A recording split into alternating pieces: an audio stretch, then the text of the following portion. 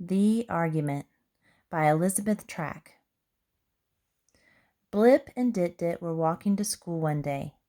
The sun was shining brightly in the sky, and the land around them was bright red. It was a beautiful spring day. Blip looked up into the sky and wiggled his long green antennae. Just think, we're walking to school, and up there in outer space, there could be more life forms doing the same thing. Blip loved to talk about outer space. He wanted to be an astronaut and explore other planets when he grew up. Dit-Dit shook her head. I don't think so. If there were aliens on other planets, how come we haven't seen their spaceships? Blip thought for a second. Well, maybe they aren't all that intelligent. Maybe they don't have spaceships yet.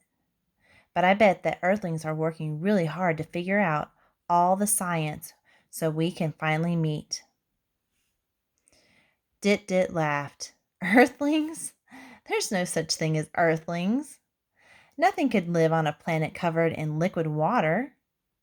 Dit-Dit looked down the red, dusty road toward the school building. It was a clear dome that reflected back the bright sun. Blip was starting to feel angry. Don't make fun. I think Earthlings are real. Are not, cried Dit-Dit. Are too, yelled Blip. Dit-Dit started to walk faster.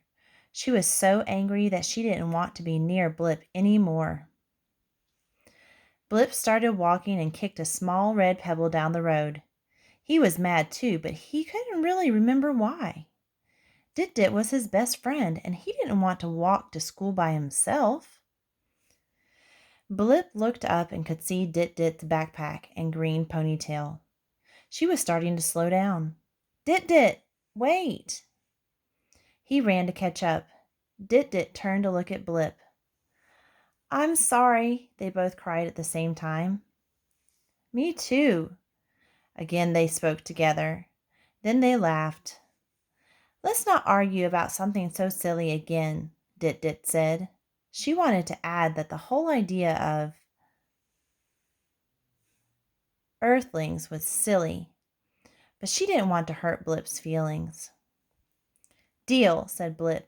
He thought about mentioning something about how someday he'd go to outer space to find out if Earthlings were really there or not. But he knew that his friendship with Dit-Dit was more important than starting the argument again. So the two Martian children headed to school and enjoyed the rest of their day.